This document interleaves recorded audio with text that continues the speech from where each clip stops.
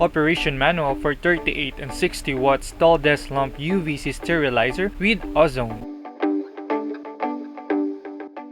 How to operate using remote.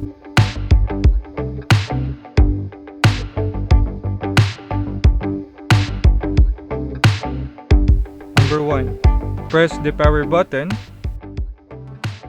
Number 2. Set your designated timer. Number 3. Press the power button again.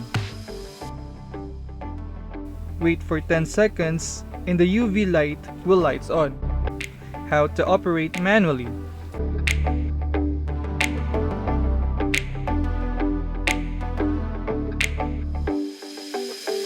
Number 1.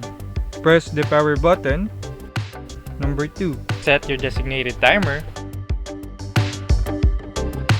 Number 3. Press the power button again. Wait for 10 seconds and the UV light will lights on.